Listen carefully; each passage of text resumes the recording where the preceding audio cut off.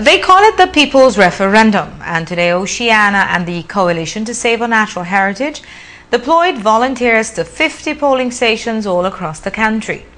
It is a huge national effort designed to get Belizeans to take a position on this topical, complex issue.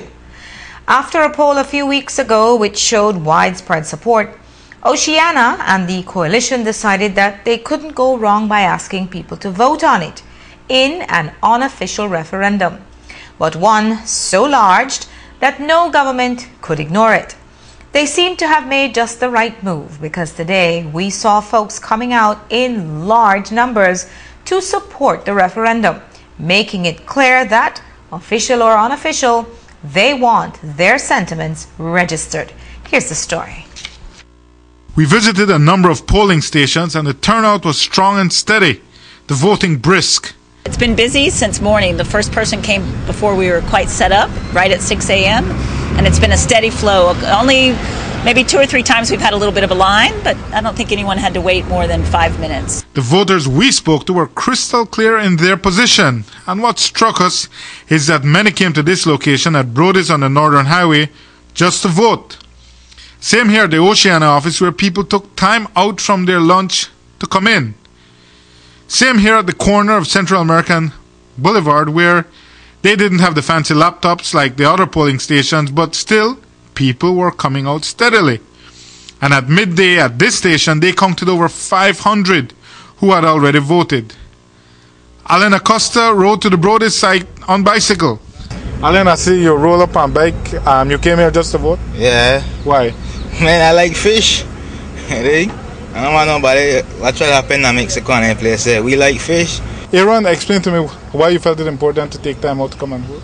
Well, you know, offshore is something really from a touchy situation that, you know, with all the way tourism and everything out there, you know, the waters.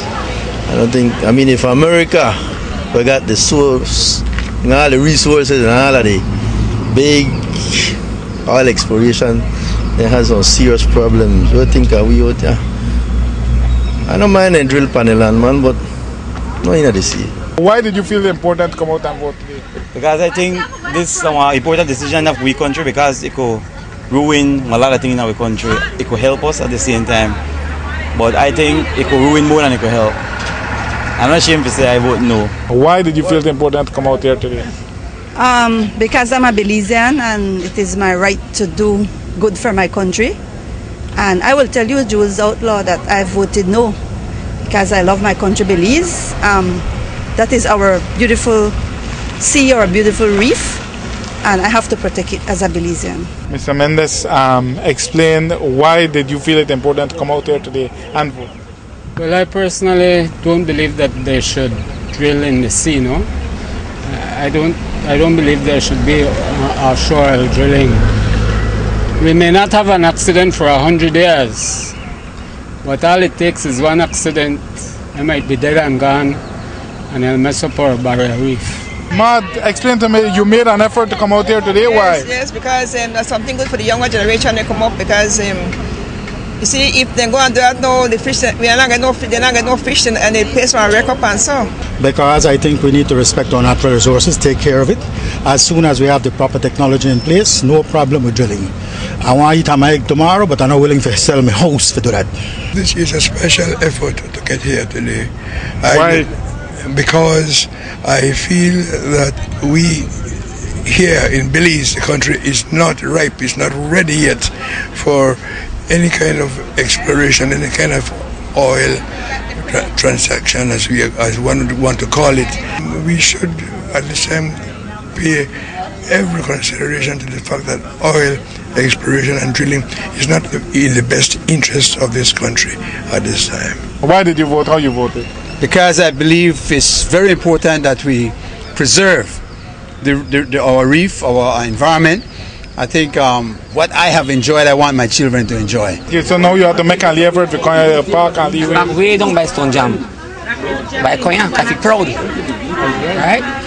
So So no to air drilling, simple as that. Well, actually, we saw the voting polls out here, so I decided to come out and voice my opinion, because many times Belizean people let things just go and we don't come out and voice our opinion, right? We let other people speak on it for us.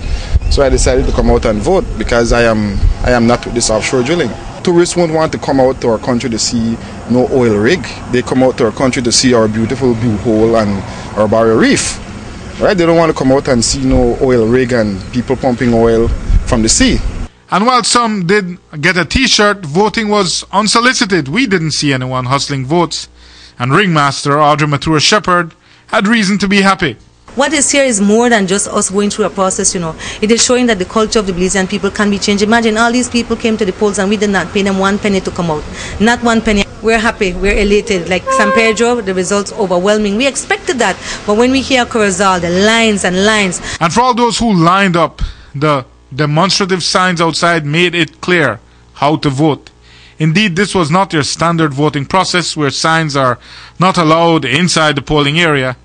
Here, it was spelled out in signage and t-shirts, just what they wanted you to do. It's so hard to get people to come out that we were using all of our banners and everything to grab attention. But, there's people that have come that are on the other side, and that's fine. We want them to come. But, we're baiting them.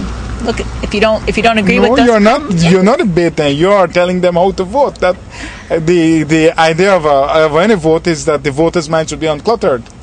Well, what are you doing every night on the news? You're cluttering with all the ads, Yes, but on election day, when you go into a box, it's a secret space and you do what you want. I'm just saying, it seems a bit much. It seems like you all have an outcome that you want, and no matter what, you'll get that outcome.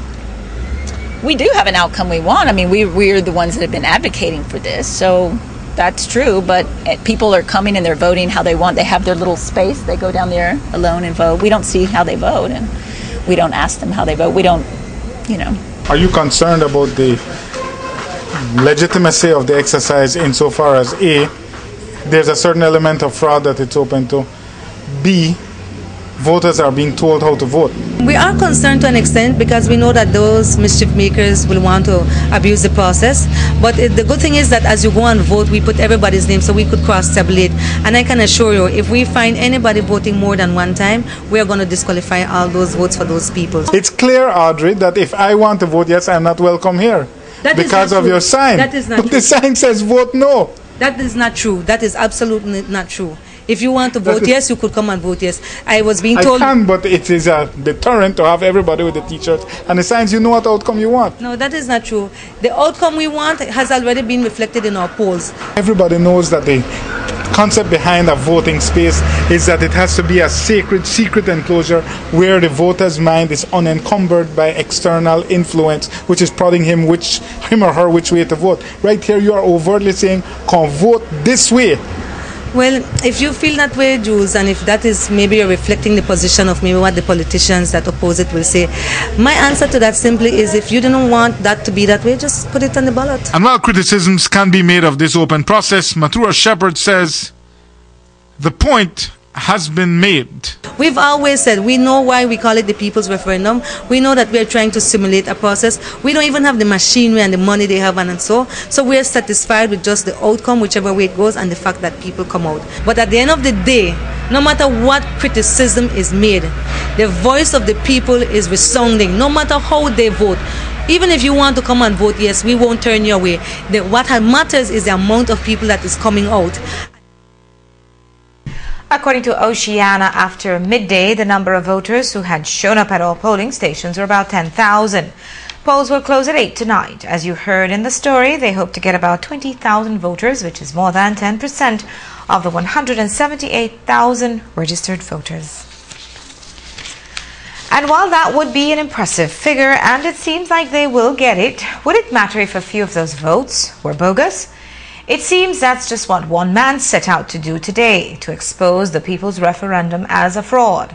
The person, who is known to us, asked to conceal his name and face, but he told us and presented us pictures of him voting at 4 different polling stations.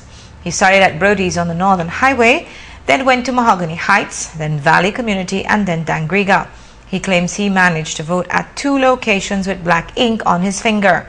The pictures show him voting at all 4 locations. From our observation, the system is vulnerable to this type of mischief because registered electors were allowed to vote at all polling stations regardless of where they were registered. For example, you could vote in Belize City even if you were registered in Toledo East. Nonetheless, Matura Shepherd told us they've kept a record of the names of all those who voted, and all those names which appear more than once will be struck out.